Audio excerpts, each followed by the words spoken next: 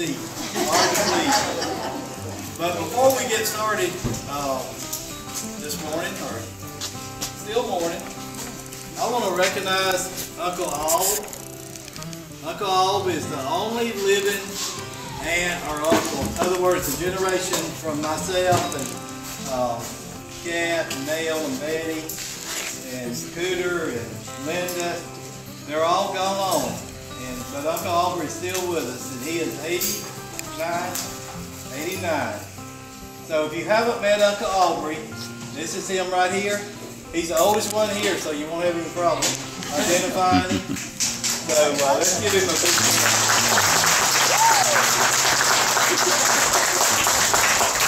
Good that he's with us today.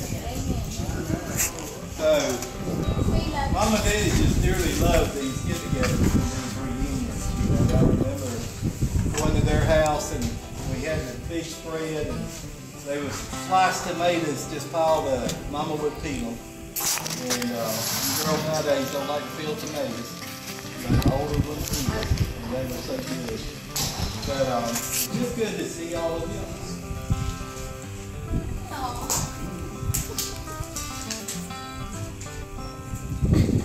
If we're going to keep doing this every year, Suzanne's suggestion just a little bit ago, it's good to see her today. I would like for Tim and all of his family, his immediate family, CB's family, to stand. So, everybody else sit down.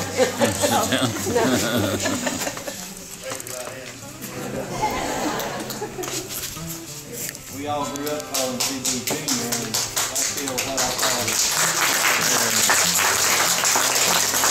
Okay, I'm going to take it by age going down.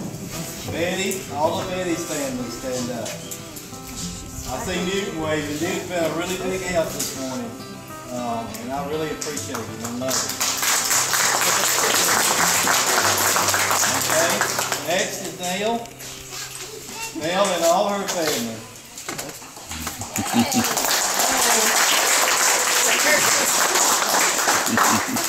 Next is Kat.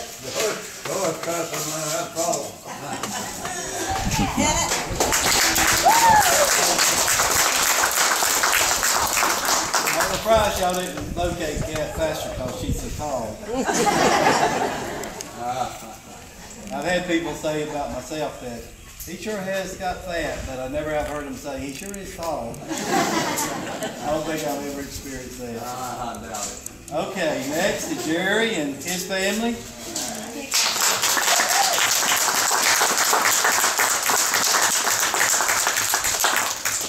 Next is Cooney. Y'all all remember that name. That's what my name is. And his family.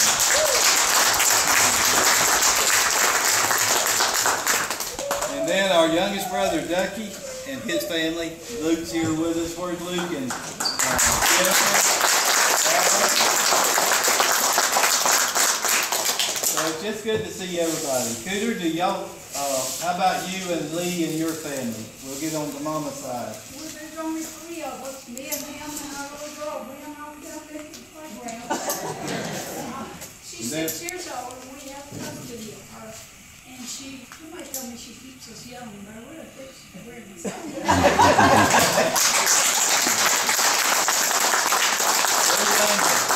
Have our prayer and we'll start eating before the food disappears.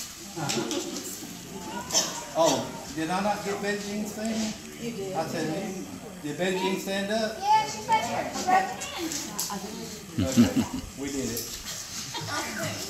Yes, ma'am. If you don't mind, if I can make an announcement. Back at Mama's funeral, I had a lot of people come up and ask me about a new book or the old family history book. If y'all are interested in an updated book or a brand new book, if y'all will get with me, because I see we've grown so much over the years. I think that book's probably 20 years old. If y'all would like for me to do another one, just let me know and we'll work on getting that together. Okay, but I missed something I need to say. We've got Jimmy with us. This is Sis' son. And we got Tommy with us. That's Uncle Aubrey's son. Back to this end.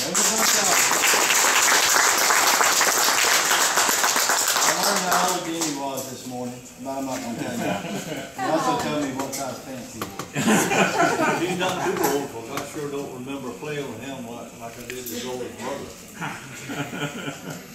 And I'm glad that we have Charles and Paula with us as well.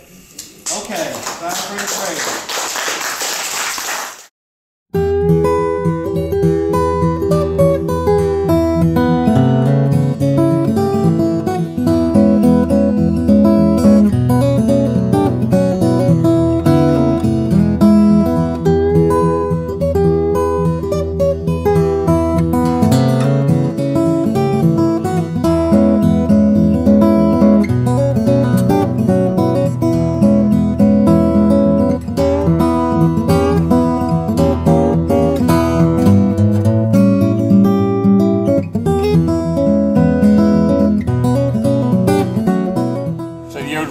Y'all see him drinking moonshine, I saw him taking $1 and he took the dollar.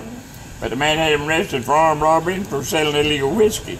He got 6 months in jail and turned $50 and he told Granddaddy and another man he's gonna kill him if they testified against him. And they said, well, we got a summons, we're just gonna do what we gotta do, you know.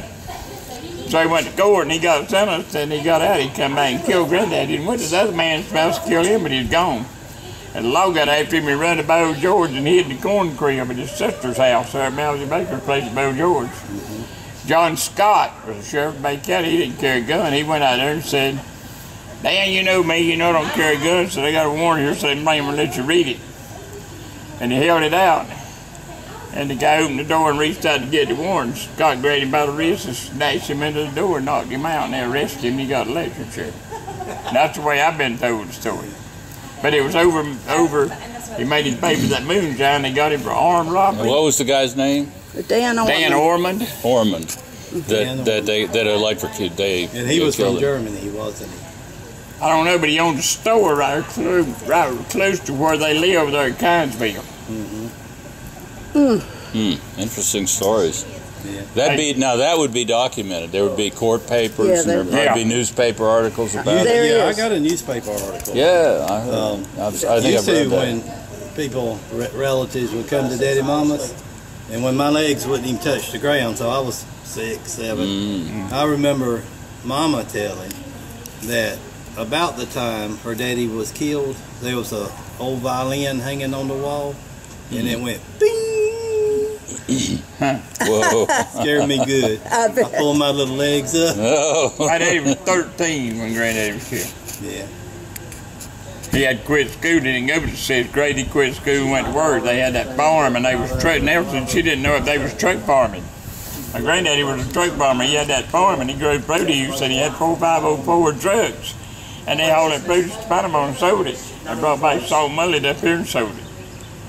Used to love salt mullet. Must be where I got my buying and selling traits. And he Well, had Daddy, Lewis I imagine, did. He had Lewis and Jesse and some of them older boys driving the trucks. See, Daddy was 13, so the rest of them, most of them was probably old enough to drive. Yeah.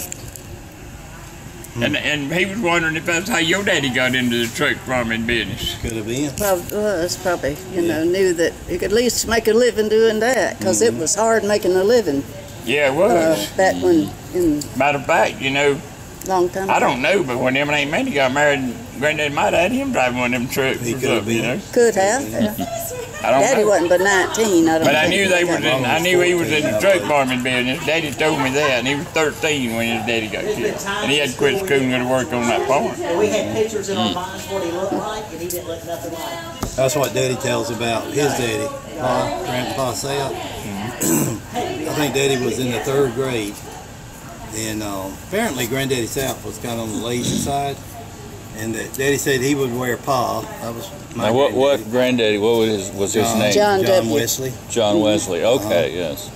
He would wear Pa's Brogans. That was the shoes they wore back then, and they were way too big with him. So Daddy would be plowing a mule, and Pa would be sitting on the porch, spitting his snuff.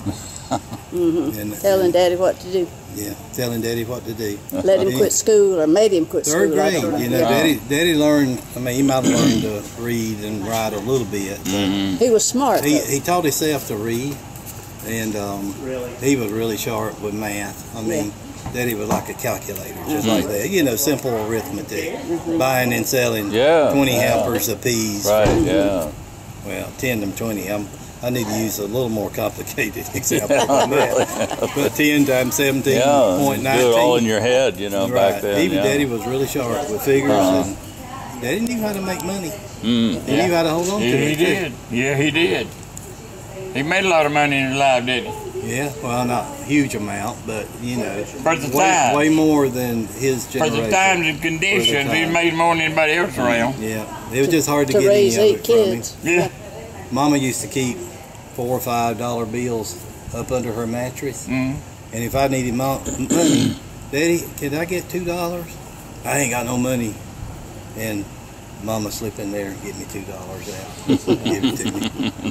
You know, you go on a date with $2 when we were kids. Yeah. Well, that was a lot of money. That's about like $20 back in the day. When I was a Isn't it? You teenager, dating a you rich could take a boy. gal down to, you could take her down to McDonald's to get her All-American for 50 cents hamburger drink and a Oh, I milkshake. know. You get a whole meal for under $1.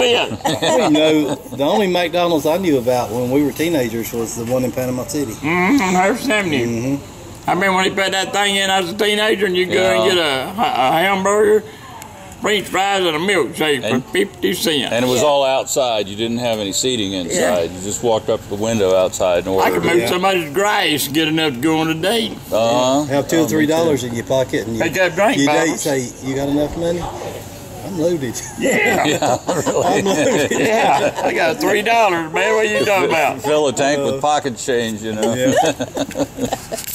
Oh my goodness. Wow. Back in bologna coming in big old long. You go to the store and they slice it off for you. Oh, yeah. This. Me and my buddy get a quarter. We'd walk a mile to the store to get that much bologna for a quarter, you know. Slice it off one of them those, and we'd get us that, a drink, eat it on the way back home. Well, yeah. It's a good meal. Probably an RC. Yeah, I remember one time we walked about 2 miles to the grocery store and bought us a pint of half a gallon of ice cream apiece. Eat it on the way home. That's Strawberry. I ain't never Good wanted. stuff, wasn't it? I ain't never wanted more strawberry. Daddy stopped at one time at Morning Star Bakery in Panama City, and I was a little old boy. Jody worked for Daddy, but Jody wasn't with him. It was just me and Daddy. So Daddy goes into the bakery, and he took sausage in with him. And he come back out in a few minutes, and he had a whole box of donuts. And they give you a baker's dozen. They give you 13 for 12. Do you remember Morning Star Bakery in Panama? Anyway, they were big old fluffy, delicious donuts. Well, he didn't come, and he didn't come. I was nibbling on the donuts, and he come back out, and he said, "Coon, how you doing?" "I don't feel good, Daddy." He said, "How many donuts did you eat?" I ate them all. I had got them every one. 13 donuts. I remember your dad used to deliver me to Spradley's store there on 22, up at about a mile from our house. Spradley's. Yeah, A.D. Spradley. Spradley. I think I remember. It's right there on Highway 22. We lived on Bob Little Road. And right where Bob Little Road run into 22, Spradley's store was right back over in the corner. Matter of fact, that's where we bought a lot of Groceries. Yeah, and your daddy come by and bring them meat, and he'd come by and see us. You know, all the little grocery stores had little meat markets. Let me get our sign off. Long time ago.